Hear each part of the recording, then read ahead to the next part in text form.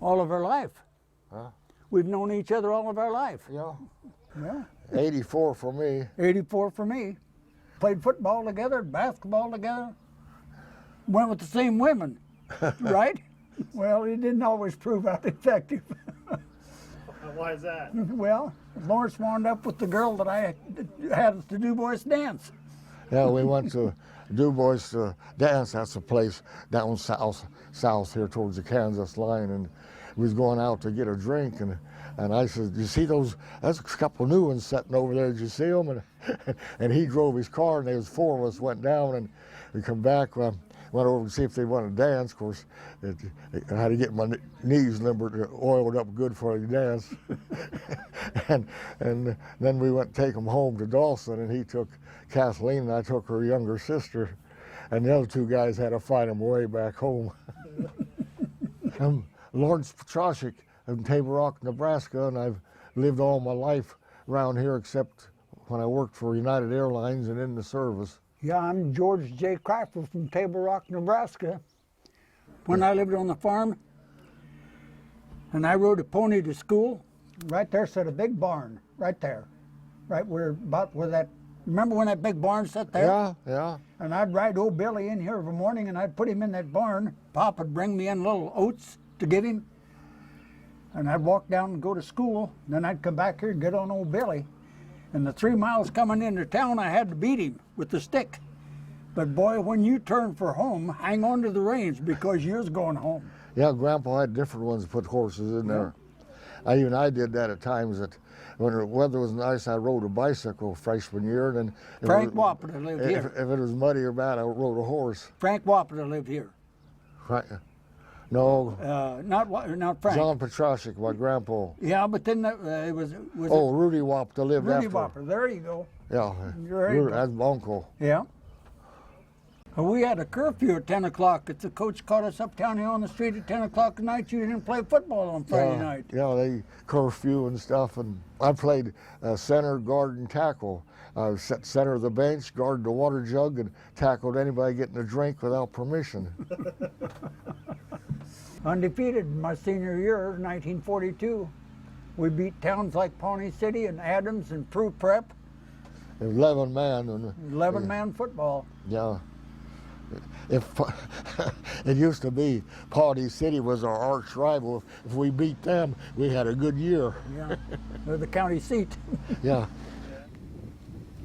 In February of 43, we went to Offutt Air Force Base for physical. Well, it wasn't Offutt Air Force Base then. They called it Fort Crook. Fort Crook, yeah.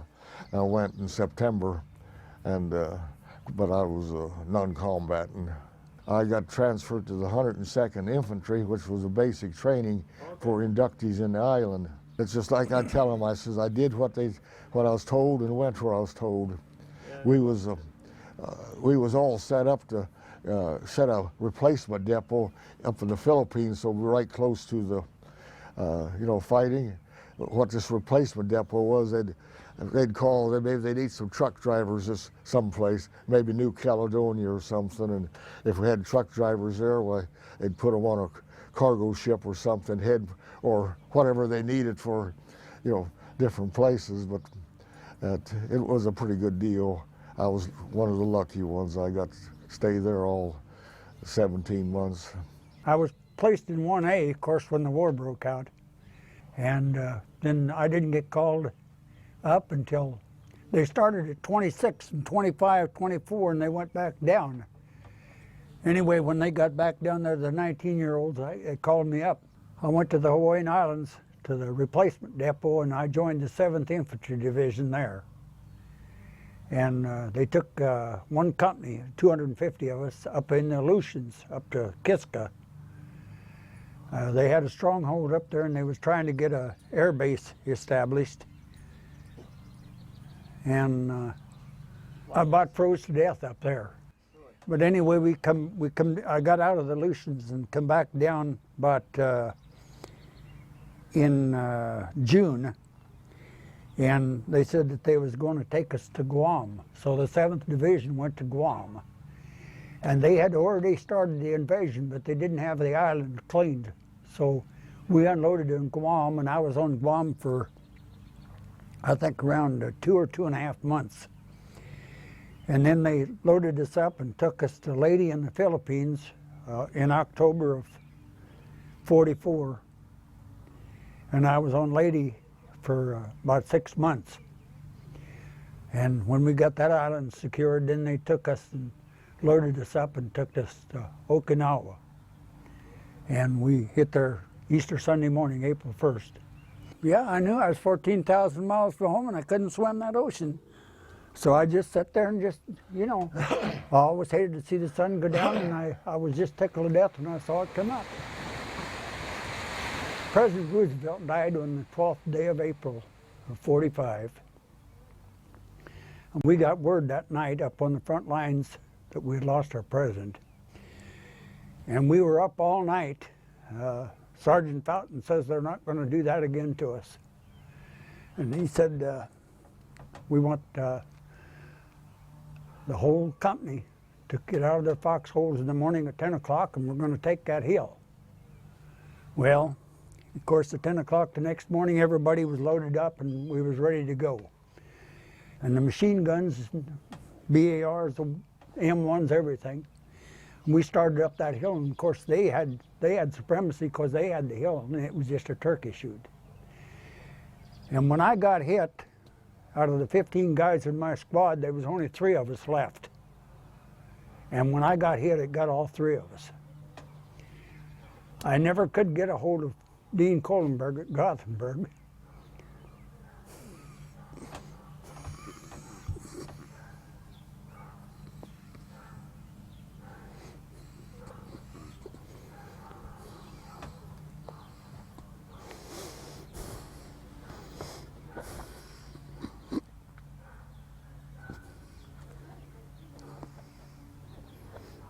You okay?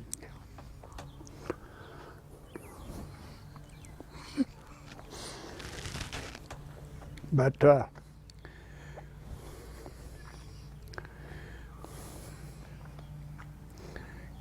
anyway, they flew me off of Okinawa. They flew me back to Guam, and then back to Oahu, and back to, I was at McCloskey's at Temple, Texas for 9 months. And I had gotten 9 pieces. They shortened me up, see. I got it in the leg and the back, and they shortened me up that much, see. But they had 9,000 guys down there, and, without legs and without arms.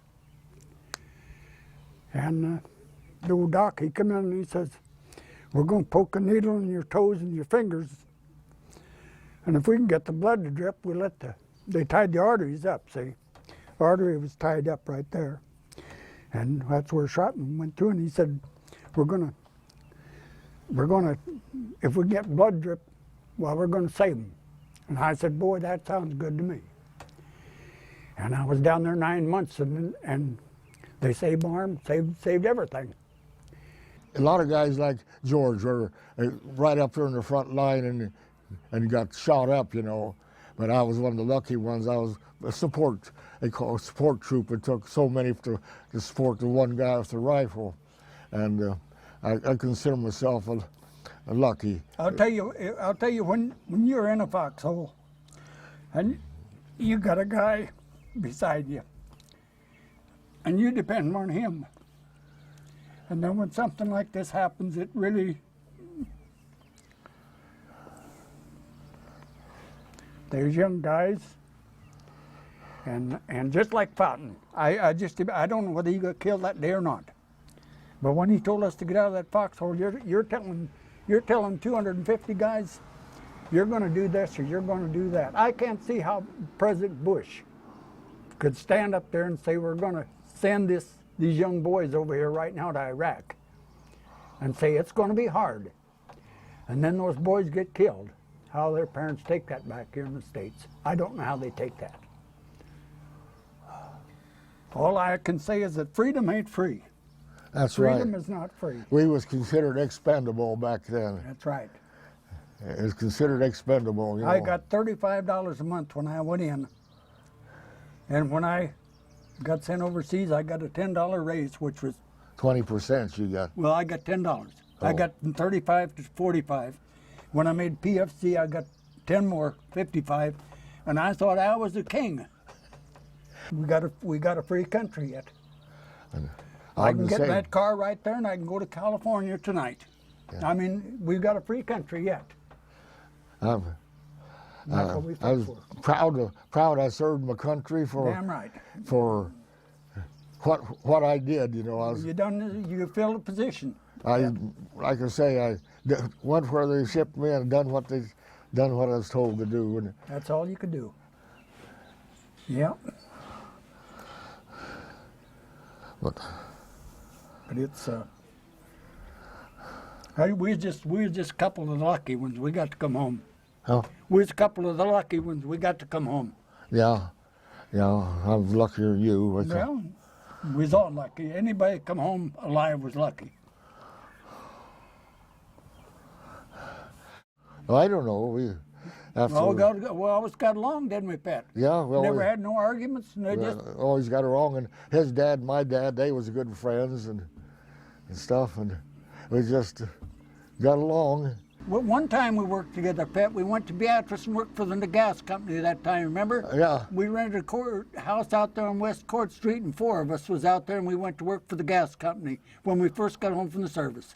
Yeah. Remember that? Yeah, and then we worked for Howard and Fusty Binder. Yeah, the foreman down there. Remember? We was down there Rotary Hole, and you went to sleep.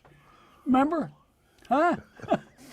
You mean when four section Rotary Hole behind the You name mean farm when I wall, did- and he went to sleep, and he took off, and here goes the tractor, not down the road, it was going across the field like this. Remember? Yeah, that was up north up here. But We never did tell binders about that, did we? no, they found it out later. We're kind of a close community. yeah. Lawrence, Pat, I wouldn't be without him. No, he's really real good friend of mine, Lawrence is. Well, he's all right. He's have no complaints about him.